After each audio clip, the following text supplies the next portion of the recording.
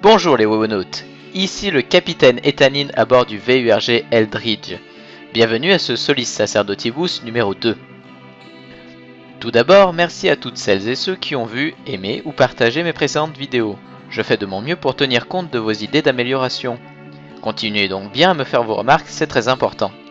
Je vais de mon côté acheter un meilleur micro. Je ne promets pas par contre de l'avoir pour le prochain épisode de l'Odyssée de l'Eldridge. Voilà pour les quelques informations. Commençons tout de suite le sujet d'aujourd'hui. L'humanité et Zoop Art.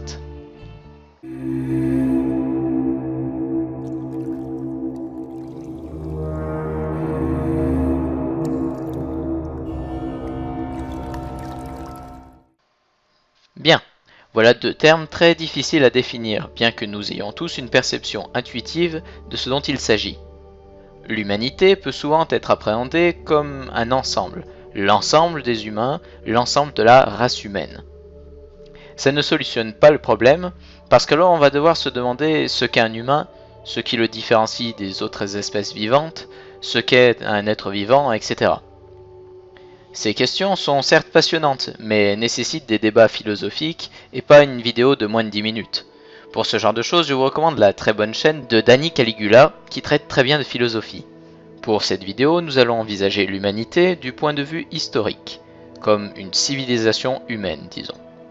Là encore, à partir de quand l'humain est-il devenu humain? Est-ce lorsqu'il s'est redressé? Mais plusieurs animaux peuvent se déplacer sur deux pattes. Lorsqu'il s'est mis à fabriquer et utiliser des outils, là encore des animaux le font aussi. Lorsqu'il s'est mis à communiquer, les animaux communiquent très bien. Lorsqu'il s'est mis à écrire, à cultiver des terres, à former des villages, à commercer, à croire à des dieux, peut-être. La question divise aussi bien les philosophes que les biologistes et les historiens. Alors laissons-la de côté pour le moment.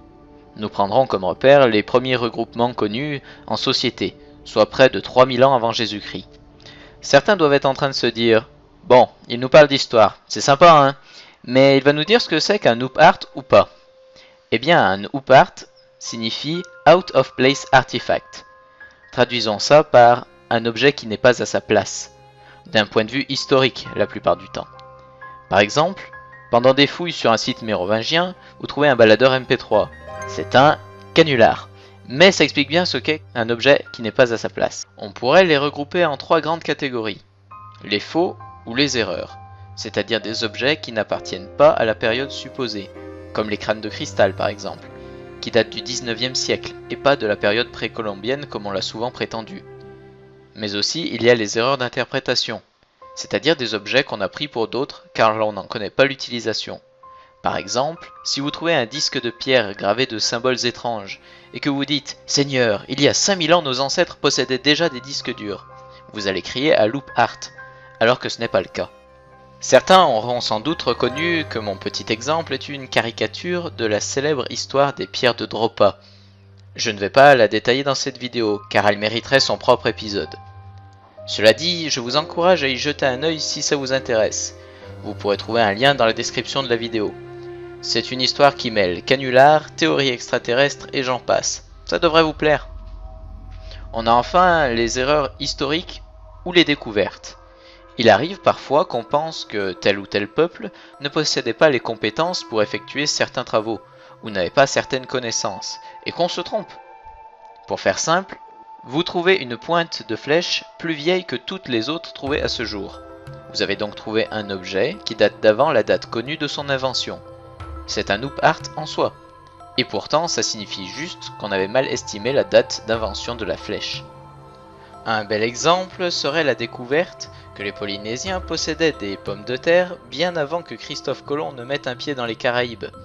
Cette découverte prouvait que les Polynésiens avaient réussi à traverser l'océan Pacifique pour un aller-retour dont personne ne les aurait cru capables, car ils ne possédaient pas de solides navires comme les frégates, ni d'instruments de navigation comme les compas ou les astrolabes. Et puis il y aurait ces cas qui nous poussent à remettre en cause des grands pans de notre histoire, voire qui changeraient notre vision de l'humanité, d'où ma petite définition de l'humanité en début de vidéo, vous l'aurez compris. Cet épisode ne suffirait pas à faire le tour de ces Oop Art, mais je vous promets que nous en reparlerons très bientôt. Je vous le disais, ces Zoop Art sont dans un mauvais contexte historique, mais il arrive qu'ils soient également dans un mauvais contexte géographique. On a le cas par exemple des statues Olmec, retrouvées dans le sud du Mexique. Ces statues présentent une particularité qui les rend mystérieuses. Elles représentent des hommes présentant les caractéristiques physiques des populations noires africaines. Problème, comment les Olmecs ont pu représenter ces hommes alors que, à notre connaissance, ils n'avaient jamais rencontré d'hommes noirs, puisque les premiers hommes originaires d'Afrique arriveront en tant qu'esclaves quelques 2200 ans plus tard. La seule possibilité est que cette rencontre se soit faite avant, et que l'un ou l'autre des peuples ait réussi la traversée d'un océan, il y a entre 2500 et 3000 ans. Est-ce que c'est prouvé? Non. Est-ce que c'est possible? Oui, car on sait aujourd'hui que des navigateurs que l'on considérait comme primitifs ont réussi des prouesses dont on les a crus incapables pendant des siècles. On trouve enfin, tout autour du monde, des exemples de technologie, d'architecture et plus généralement de croyances et de connaissances qui se retrouvent chez plusieurs peuples qui ne se seraient a priori jamais rencontrés. L'explication la plus admise est celle de la coïncidence. C'est possible. Ces populations ont peut-être tout simplement toutes pensé la même chose. Ou alors, peut-être ont-elles été en contact direct avec les autres. Ou indirectement, par le biais d'une autre civilisation qui aurait diffusé certains savoirs à travers le monde. Le problème étant qu'on n'a pas de réelles traces de ces possibles rencontres, ou supposées connaissances avancées qui se seraient perdues avec le temps. Pas de traces, à part peut-être quelques Zoop Art. Cet épisode est à présent terminé, j'espère qu'il vous a plu. N'hésitez pas à le partager avec toutes les personnes que ça pourra intéresser. Je remercie également mon ami Johan pour son aide précieuse et qui me permettra également de faire une prochaine vidéo sur ce thème, avec plus d'exemples concrets. On se retrouve fin mars si tout va bien pour le 3e épisode de l'Odyssée de l'Eldridge.